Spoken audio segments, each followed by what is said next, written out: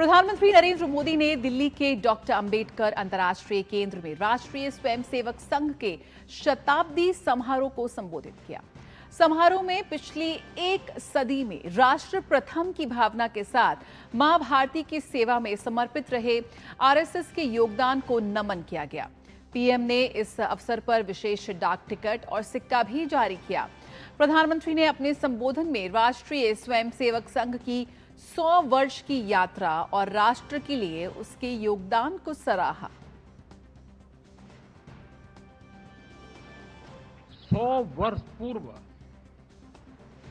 राष्ट्रीय स्वयंसेवक संघ की स्थापना ये कोई संयोग नहीं था।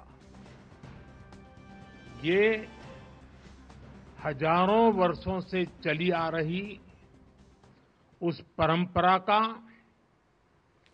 पुनरुत्थान था, जिसमें राष्ट्र चेतना समय समय पर उस युग की चुनौतियों का सामना करने के लिए नए नए अवतारों में प्रकट होती है। इस युग में संघ उसी अनादि राष्ट्र चेतना का पुण्य अवतार है। पीएम ने कहा, संघ के स्वयंसेवक जो अनवरत रूप से देश की सेवा में जुटे हैं, समाज को सशक्त कर रहे हैं। प्रधानमंत्री ने संघ की 100 वर्ष की यात्रा पर जारी विशेष डाक टिकट और सिक्के के महत्व को रेखांकित किया। 100 रुपये के सिक्के पर एक और राष्ट्रीय चिन्ह है और दूसरी ओर सिंह के साथ वरद मुद्रा में भारत माता की भव्य छवि और समर्पण भाव से उसे नमन करते स्वयंसेवक दिखाई देते हैं।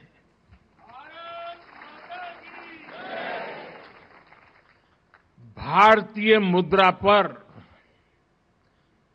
भारत माता की तस्वीर संभवतः स्वतंत्र भारत के इतिहास में पहली बार ऐसा हुआ है।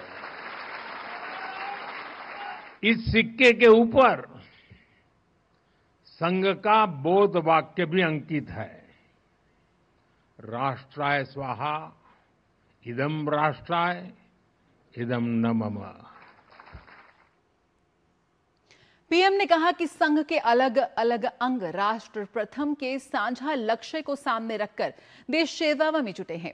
पीएम ने कहा कि संघ जब से अस्तित्व में आया है तभी से हमेशा देश की प्राथमिकता ही संघ की प्राथमिकता रही है। आजादी की लड़ाई के समय देखें तो परम पूज्य डॉक्टर हेडगेवार जी समेत अनेक कार्यकर्ता ने स्वतंत्रता आंदोलन में हिस्सा लिया। डॉक्टर साहब कई बार जेल तक गए। आजादी की लड़ाई की कितने ही स्वतंत्रता सेनानियों को संघ संरक्षण देता रहा, उनके साथ कंधे से कंधा मिलाकर काम करता रहा।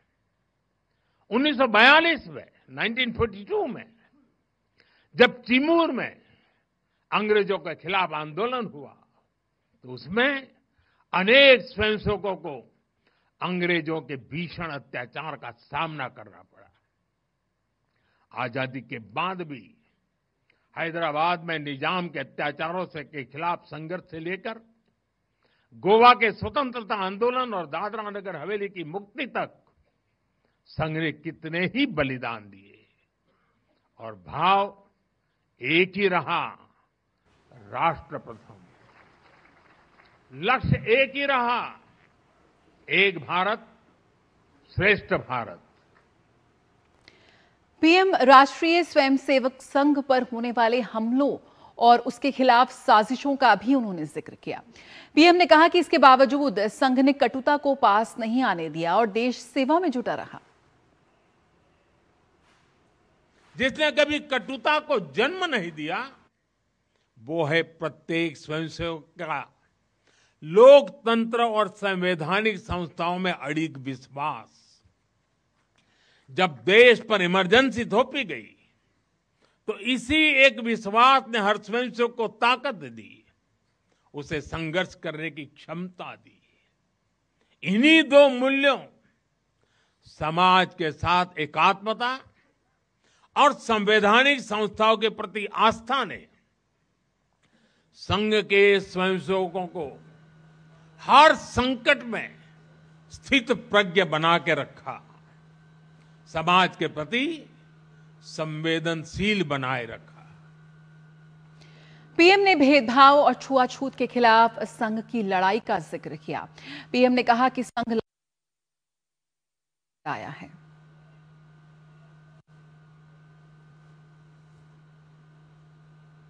संघ की हर महान विभूति ने, हर सरसंघ चालक ने भेदभाव और छुआछूत के खिलाफ लड़ाई लड़ी।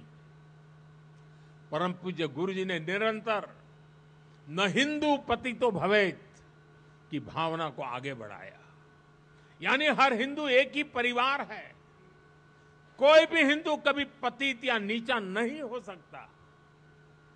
पूज्य बाला साहब देवव्रत जी के शब्द भी हम सबको याद है। वो कहते थे, छुआछूत अगर पाप नहीं, छुआछूत अगर पाप नहीं तो दुनिया में कोई पाप नहीं है। सरसंघ चालक रहते हुए पूज्य रज्जू भैया जी और पूज्य सुदर्शन जी ने भी इसी भावना को आगे बढ़ाया।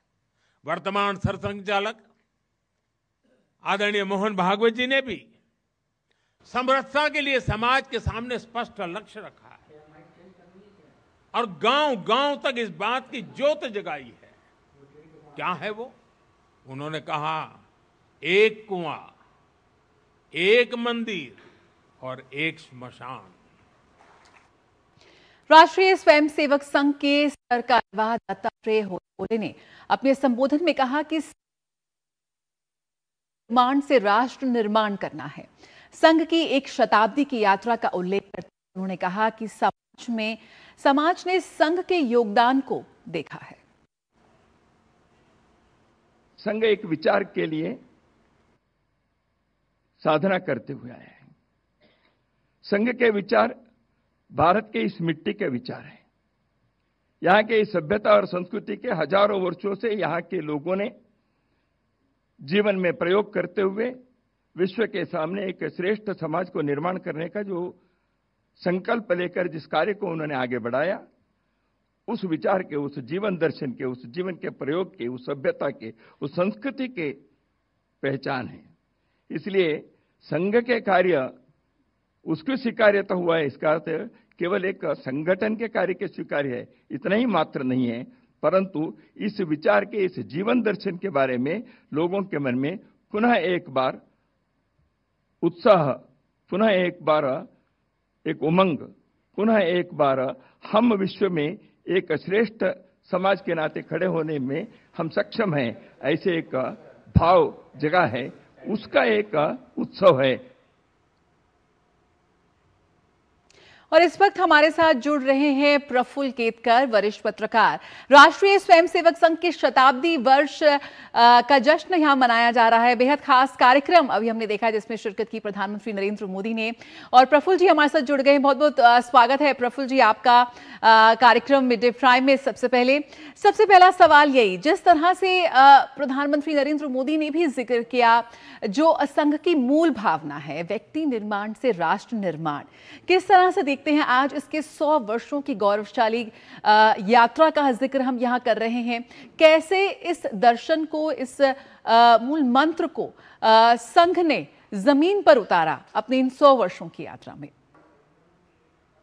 देखिए, आज दोनों भाषणों में, माननीय दत्ता जी हो या आदरणीय प्रधानमंत्री जी हो, दोनों ने अपने भाषणों में संघ का जिस तरीके से संघ के विचार का, संघ की कार्य पद्धति का, वो अपने आप में मुझे लगता है परिपूर्ण था। पहली बार प्रधानमंत्री इतने व्यापक रूप में एक स्वयंसेवक के नाते भी बोले, तो उसमें जो खास बातें निकल कर आई उनको हमको मुझे लगता है ठीक से समझना चाहिए। जब 1925 में संघ की स्थापना हुई तो डॉक्टर हेडगेवार जो उसके संस्थापक थे, उन्होंने कभी भी ये नहीं कहा कि मैं नया कुछ काम शुरू कर रहा हूं। उन्होंने तो ये कहा कि भारत का जो प्राचीन विचार है, भारत की जो प्राचीन चिंतन है, उसका आधुनिक संदर्भ में उस समय सब लोग इसमें लगे हुए थे कि भारत को स्वाधीनता दिलानी है।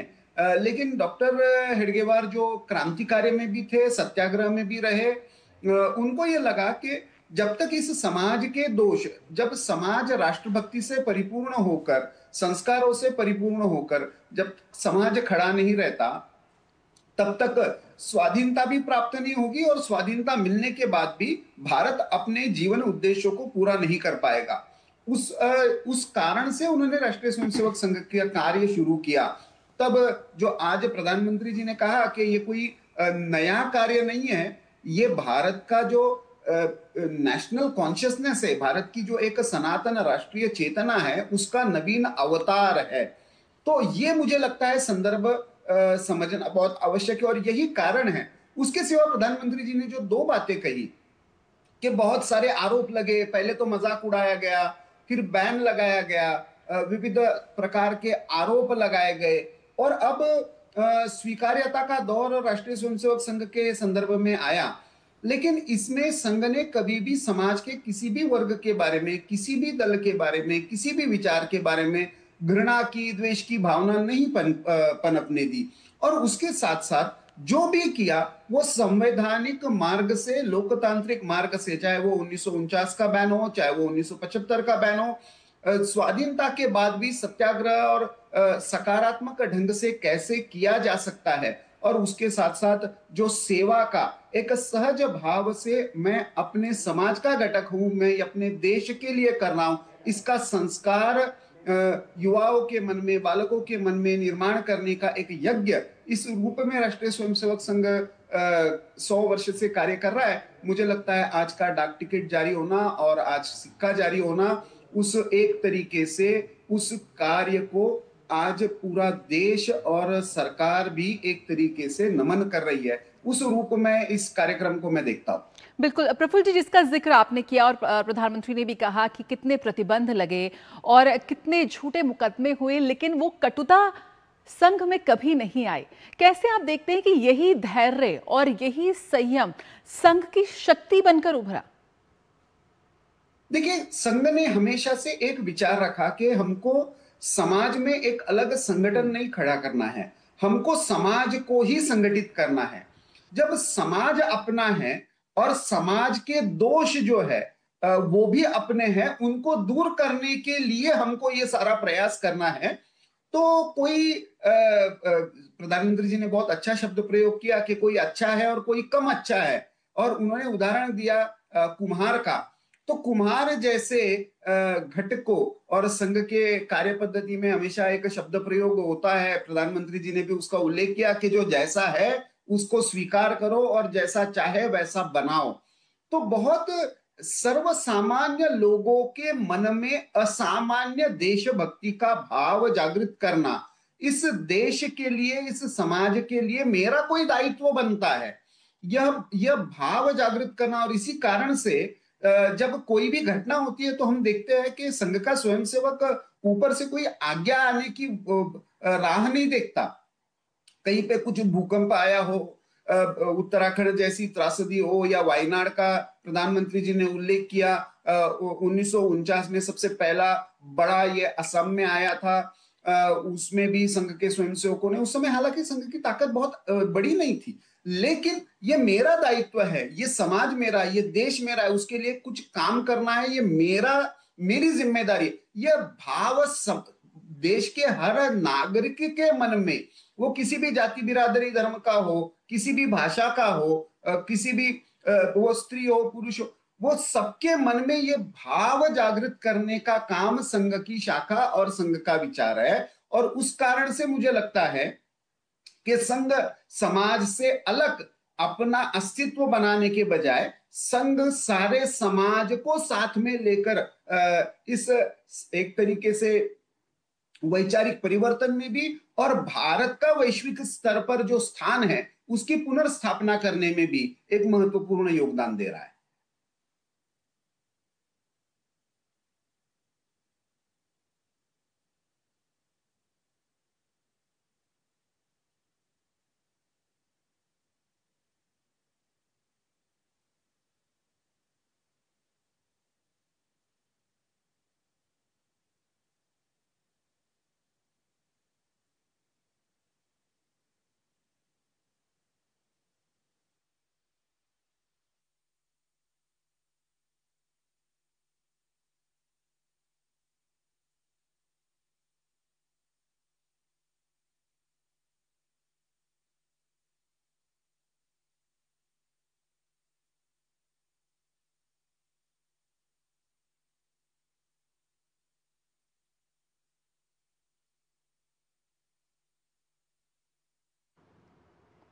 तो प्रफुल्ल जी, जिस तरह से हमने बात की कि कैसे राष्ट्र निर्माण में यहाँ पर संघ की बेहद अहम भूमिका रही और समाज के हर वर्ग के लिए संघ लगातार काम करता रहा, किस तरह से देखते हैं आज हम बीते 100 वर्षों का जश्न यहाँ मनाते जा रहे हैं, लेकिन यहाँ पर बात भविष्य की भी है।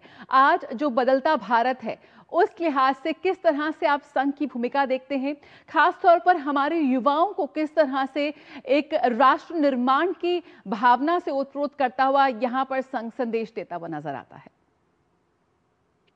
देखिए, संघ का काम जब शुरू हुआ तो भारत विदेशी तंत्र के अंदर एक तरीके से कॉलोनाइज था, स्वाधीनता प्राप्त हुई, बंटवारा हुआ और वहां से संघ ने देश ने एक बड़ी यात्रा पार की। हमने हमारे लोकतंत्र को एक तरीके से स्थिर कर लिया, आर्थिक व्यवस्थाएं हमने एक तरीके से विकास के पायदान हमने अपने खड़े किए। विविध क्षेत्र में जहां जहां पे कुछ पिछड़ेपन का ये था उनको हमने साथ में लेने का प्रयास किया और संघ ने जहां जहां संभव था, चाहे वो जनजाति क्षेत्र हो, चाहे सेवा का क्षेत्र हो, चाहे शिक्षा का क्षेत्र हो, स्वास्थ्य का क्षेत्र हो, संघ ने वहां पे अपना अपना योगदान देने का प्रयास किया। सुरक्षा के क्षेत्र में भी योगदान दिया। आज स्थिति बदल गई है। आज स्थिति ऐसी है कि भारत एक मजबूत लोकतांत्रिक व्यवस्था के रूप में विश्व भर में स्थापित हो चुका है। भारत की एस्पिरेशंस बदल गई है, भारत की वैश्विक भूमिका बदल गई है। ऐसे में संघ ने भी पंच परिवर्तन का प्रण लिया है कि हमको अपनी जीवन शैली कैसी हो, हमारी लाइफस्टाइल कैसी हो, उस लाइफस्टाइल में भारत के तत्व क्या हो, उसमें पर्यावरण से जुड़ी हुई बातें क्या हो, उसमें हमारा हक अधिकारों के साथ साथ कर्तव्य की भावना कैसे हो। मैं मानता हूं युवाओं के लिए ये सबसे महत्वपूर्ण बात है। आज का युवा ये एस्पिरेशनल युवा है, वो भारत को आगे बढ़ते हुए देखना चाहता है और उसमें अपना योगदान भी देना चाहता है और संघ उसके लिए एक नेचुरल प्लेटफॉर्म है। संघ उसके लिए एक नेचुरल ट्रेनिंग ग्राउंड है जहां पे राष्ट्र प्रथम की भावना भी है और उस राष्ट्र प्रथम की भावना के आधार पर अपने जीवन में क्या क्या करना चाहिए उसका ट्रेनिंग भी है। मुझे लगता है कि सही भाव और सही प्रशिक्षण इसके साथ यदि देश के लिए कुछ भी योगदान देना है तो संघ की भूमिका उसमें महत्वपूर्ण बन जाती है। यह विश्वास समाज में बना है और उस दृष्टि से 100 वर्ष पूरे होने के बाद भी बिना थके, बिना रुके, बिना विभाजित हुए संघ का विचार और संघ की कार्यपद्धति ये निरंतर आगे बढ़ रही है। आने वाले समय की चुनौतियों के लिए भी समाज को तैयार करने में संघ इसी दृष्टि से मुझे लगता है कि भूमिका निभाता रहेगा। बिल्कुल, बहुत बहुत शुक्रिया प्रफुल्ल जी हमारे साथ जुड़ने के लिए इस खास कार्यक्रम मिड डे प्राइम में और इस पर चर्चा करने के लिए कि किस तरह से जो 100 वर्षों का गौरवशाली इतिहास राष्ट्रीय स्वयंसेवक संघ का रहा है, किस तरह से आने वाले अगले 100 वर्षों की तैयारी भी कहीं ना कहीं यहाँ पर साफ तौर पर दिखाई दे रही है और ख़ास तौर पर जो बदलते भारत का जो ये बदलता युवा है उनके आकांक्षाओं, उम्मीदों के लिए किस तरह से विभिन्न मोर्चों पर खरा उतरती नजर आता है आरएसएस, राष्ट्रीय स्वयंसेवक संघ, उसकी भी एक झलक हमने देखी।